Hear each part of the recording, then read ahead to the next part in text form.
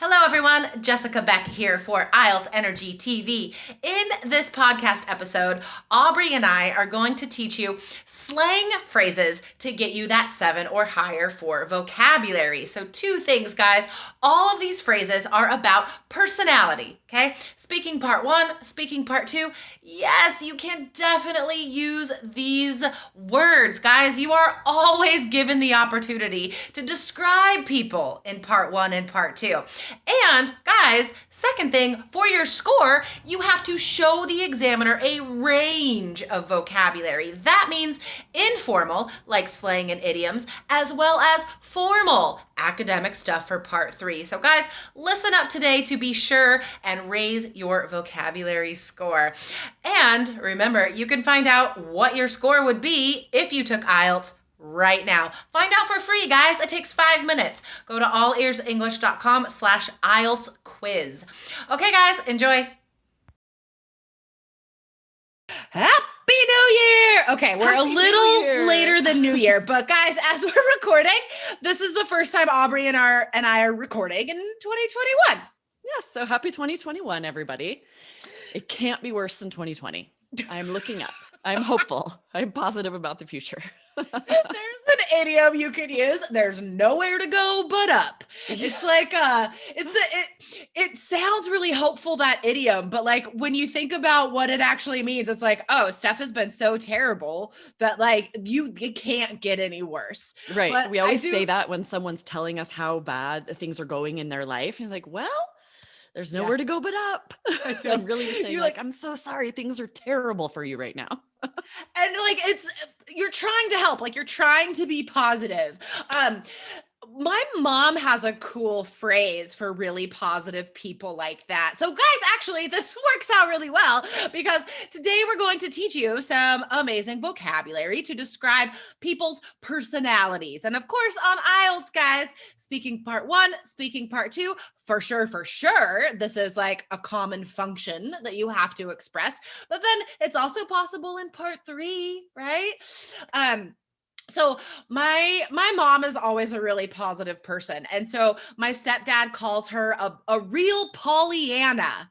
Oh, yes. I loved that movie. If you guys listening haven't heard of the movie Pollyanna, it's an older film, but about a girl who's always super positive, looks on the bright side, and it's an adorable film. I love it. You know what? Like, I haven't even seen it, you honestly. Haven't, Jessica. You gotta watch it. I wonder if James will like it. I feel like it's a little geared toward little girls, maybe, but I would be curious. Hopefully he's up for that because it's really great. But I wonder how well it's aged. I haven't seen it since I was little. Yeah, it's tricky choosing old movies to watch with young kids. They're used to such a faster pace than we are in entertainment. Right. But maybe that could be a topic for another show, maybe tomorrow. But guys, just to remind you, this is one of the very special episodes that we also record on video, so you guys can see us on Zoom. I'm sure as we describe the different vocabulary today to describe people, describe the vocab to describe, we're gonna be like showing you different aspects of it on video. So guys, this is a great one to check out. Subscribe on YouTube, you guys, IELTS Energy TV. Yes, we have such great content there. So if you aren't watching the videos, like, first of all, being able to see videos of the podcast episodes is amazing. But fun. Jessica and I also post videos of great tips for IELTS, and they're quick. You learn something really good every time. So make sure you're subscribed. IELTS Energy TV on YouTube. Yeah, it's a quick, like, between 3 and 5 minute lesson. Just boom. And now you know something new you could use on the test, just like that. Okay, so just one more. For positive people, describing very positive people. This is another thing my stepdad says about my mom. Because my stepdad is not super positive and my mom is like the opposite. So my stepdad makes fun of her. But he says, she sees the world through rose-colored glasses. That's a really long phrase, but like, is that something you've heard people say? Yeah, definitely. I feel like that's It's from a song or something, isn't it? Isn't it that idiom? I Perhaps. think so. But yes, I say that too. I'll say, oh, oh, he definitely sees the world through rose-colored lenses or through rose-colored glasses. And it means they just always look on the bright side. They ignore the negative and the bad. And I love that about people. That's one of my favorite personality traits in a person, when they try to look on the bright side, be positive. Yeah. I'm that way. And it's I try so to surround myself with people that are like that too. Exactly. Okay, another side note tangent, and then we'll get to the list of vocabulary that we wrote down to teach you. But guys, you're learning a lot already. But this little conversation reminds me of the Monty Python song, "Always look on the bright side of life." Do-do, do-do. Anyway, guys, you got to watch Monty Python. All right, let's get to the vocab to describe personality. Aubrey, what is the first word? The first word is klutz. This is a fun one. It's spelled very strange, Klutz. Come back to the blog to see the spelling and example sentences for all of these. In fact, we're going to share 5 and have 2 bonus ones on the blog. So allearsenglish.com/IELTS to come and check those out. But yeah, some of them are spelled very strange, right? And this is one of those. So klutz means someone who's clumsy, always tripping over their feet, or, this makes me think of like teenagers or middle schoolers who haven't maybe grown into their height yet, or are just sort of figuring themselves out and are very clumsy. My kids are that way. I'm that way. Shoot. Like I'm a total klutz. Seriously, I'm still not used to my body. So like a klutz is a noun, right? I am a klutz, but we also often use the adjective klutzy. My son is klutzy, and unfortunately he inherited this trait on both sides. Both his dad and I are very klutzy. And it's funny because like I could be athletic, like on a field. I could, like play soccer or whatever. I don't know how I'm so klutzy in the rest of my life. Like that's what surprises me, because I know you played sports. I would not expect you to be klutzy. You know what I think it is? My mind is always somewhere else. Like I'm never fully paying attention to what's around me. I'm like running into doorways and stuff. I don't know. Though I do that all the time too. Like I just leave a door and totally ram the door frame. I'm like, how did I misjudge that? That is a great verb, to ram into something. Instead of saying run into or crash into, ram into. Oh my God, this is a great video lesson, guys. You got to go to IELTS Energy TV for this one. All right, Aubrey, what is the next phrase? The next one is speed demon, which we especially use to describe how someone drives. If someone drives very fast, they're very lead-footed. That's another thing we'll call someone lead-footed. Nice. Do you use that to mean they're just always driving or fast? Heavy-footed, perhaps? Heavy-footed too, yes. Yeah. Are you a speed demon, Aubrey? I totally am, actually. And it drives my husband crazy because he was a driver's ed instructor. So he's really strict about it and never speeds. And so it drives me crazy when he's driving because he's right at the speed limit, and it really bothers him when I'm speeding. But one thing that I need to do, this should be a New Year's goal of mine, is I'm really bad at driving too fast in residential zones. Yeah. It's like there could be children coming out at any moment. So I'm like, I need to make sure I'm at like 25 or whatever, going very slow, and then I see someone else driving too fast with my kids around. I get super mad. Me too. I can catch myself doing it. Totally. Yeah, I'm the same way. I love driving fast. I don't drive as fast anymore because I got too many speed tickets. In Oregon, in Portland, there's all these speed traps on roads, and there's no policeman there. Yeah, it's just a camera that takes a picture. Excuse me. So last year I got caught out a couple times because they lowered all the speed limits on all the streets. So even residential areas, speed limits are now 20 miles an hour in Portland neighborhoods. Like school zone speed limit. Yeah. Wow. It's crazy. So I was following old speed limits. That's my excuse, but I still shouldn't be driving that fast. But yeah, I know, right? Be safe. Safety first. Protect the children. Do we use speed demon anyway else? Guys, I'm thinking about where you could use this on IELTS, and there are always questions about traffic, driving, vehicles, cars. You could totally work this into an awesome answer in part 1 or part 2. General training letter. Maybe you're complaining to the neighborhood association about something, right? And you're like, we need a stop sign because there are too many speed demons that endanger my children. That would be yes, great. perfect. And all of these are pretty slang. These are like slang. So they're going to get you that range of vocabulary you need to get your 7 or higher, because they're not really formal vocabulary. Throw them in part 1, part 2, even part 3 to get that range.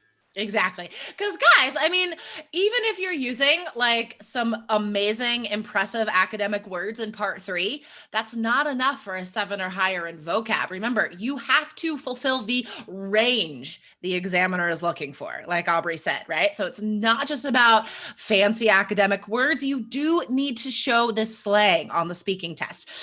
Okay, so this next one's fun. A worrywart. Yes, I totally use this all the time. I call my older sister a worrywart because she worries a lot and about very minor things. Like, I understand worrying about big things. I do that. But when you're worrying about very minute little things like, are people going to like the cookies I made, and stressing yourself out about something like that, I'll say, don't be such a worrywart. Totally. That's not worth stressing yourself about. I think I might tell this to myself in pep talks, right? Because I'm always trying to worry Your inner less. monologue. Exactly. But like, imagine guys, if you're asked to describe your family in speaking part 1 or describe your best friend in speaking part 2. We all know worrywarts, and this is such an adorable phrase. I 100% promise you the examiner will not be able to help but grin if you say worrywart. I know I would. Like, I would chuckle and I'd be like, oh, you band 7 student. I know, right? It's a fun one. And it's so lighthearted. It's not mean. I feel like when I say it to my sister, it's just because it's kind of silly. It's such a silly phrase that even if you were trying to be mean, people would just like giggle. It's so lighthearted, Imagine like yelling this at someone. Like, I would laugh. Worrywart, like trying to be mean and be like, it sounds that's funny. Not mean. It just sounds funny. All right, blabbermouth. That is such a fun word. A blabbermouth. I feel like there's so many words that are like blabbering, blathering, like there's so many words related to this that sound the same that describe blubbering talking. Too. Yeah, that's true. Yeah. There are a bunch. Blabbermouth just means like you can't keep a secret. If you told someone, don't tell anyone this, and they told everyone, you'd be like, you're such a blabbermouth. Totally. So it's not the same as talking a lot, right? A great word for that is gregarious. Gregarious person talks a lot, right? And that's a sort of a general trait to describe. This is a very specific trait to describe, right? Being a blabbermouth. Are you good at keeping secrets, or are you a blabbermouth? I think I am good at keeping secrets. If something is important and someone has said, don't share this with anyone, I won't. I'm like a vault. But if there's like something really funny or interesting and no one's told me not to share it, I'm going to tell everybody. Oh my God, totally. So it depends.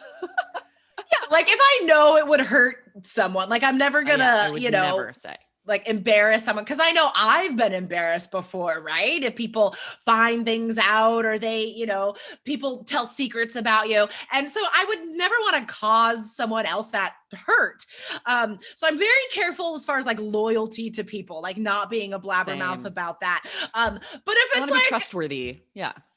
But if it's like celebrity gossip, I don't know, like, could that be blabbermouth if you were telling everybody about celebrity gossip? Maybe. I don't think so. I wouldn't say that. Like if you were always like, oh, guess what I heard about these celebrities, I would never be like, you're such a blabbermouth.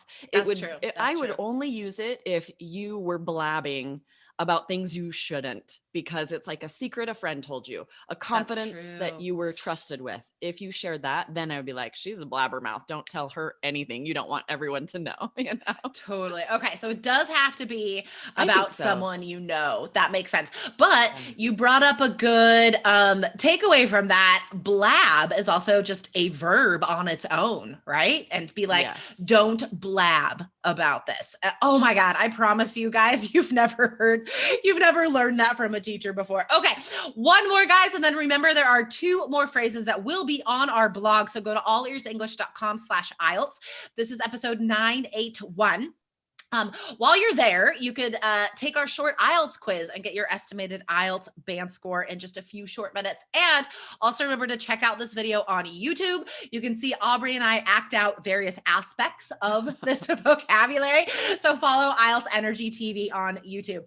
All right, this last one is kind of sad, but I guess we could make it positive, as in don't be a doormat. I think this is great, right? I'm going to encourage all of our listeners to not be a doormat in so many aspects of your life. But like, I connect this also to like work, like knowing what you're worth, standing up for yourself, right? But also in your personal life, this is the time of year, January, where we reflect a lot and people come to certain resolutions. I think a good resolution for some people who are doormats, we'll explain that in a second, is to say no more often. So guys, a doormat is someone who, like, just picture the imagery.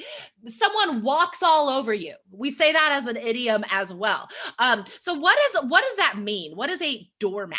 Yeah, it means you can't say no to people. You get manipulated very easily because you know, you are easygoing. You want people to like you. You don't want contention. So instead you let other people get what they want, and you never stand up for yourself. Exactly. So yeah, you don't want to be called a doormat, or you don't want people to be like, oh, he's kind of a doormat. I feel bad. It's like we pity people who are a doormat because they need to stand up for themselves. So I love that you said, because we will say, don't be a doormat to someone if we feel like they're not standing up for themselves when they should.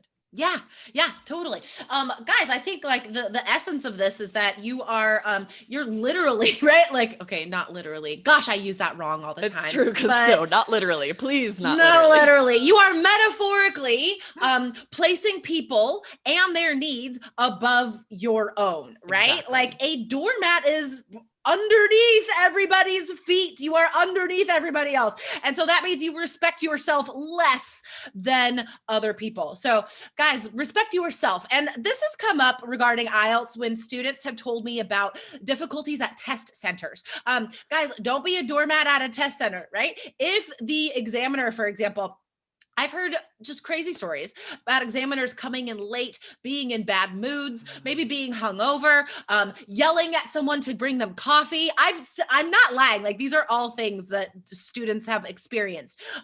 Don't be a doormat, guys. You deserve the same experience as everyone else, which is a professional examiner experience. So guys, if you feel like you are being mistreated, talk to the test center administrator. That is their job. And that examiner should get in trouble. They're not doing their job. And bring it up right away. I remember interviewing a student who there was an issue, and after she brought it up and they said, there's nothing we can do now as far as your test score, you know, but if you bring it up right away, then hopefully something can be fixed so that you still have a chance to take your exam in a conducive environment. Exactly. Oh my gosh, this has been on the longer side of episodes. This has been so fun. So guys, definitely check out this video. We do act out a lot of stuff today. IELTS Energy TV on YouTube, and then check out the post on our blog, allearsenglish.com/IELTS. All right, Aubrey, this has been so fun. First recording of the year. I always love teaching slang. It's the most fun. Me too. I know it's just is like, there's so many fun examples for every phrase. So this has been a fun one. All right, guys. We will talk to you tomorrow. Bye, Aubrey. Bye. See ya.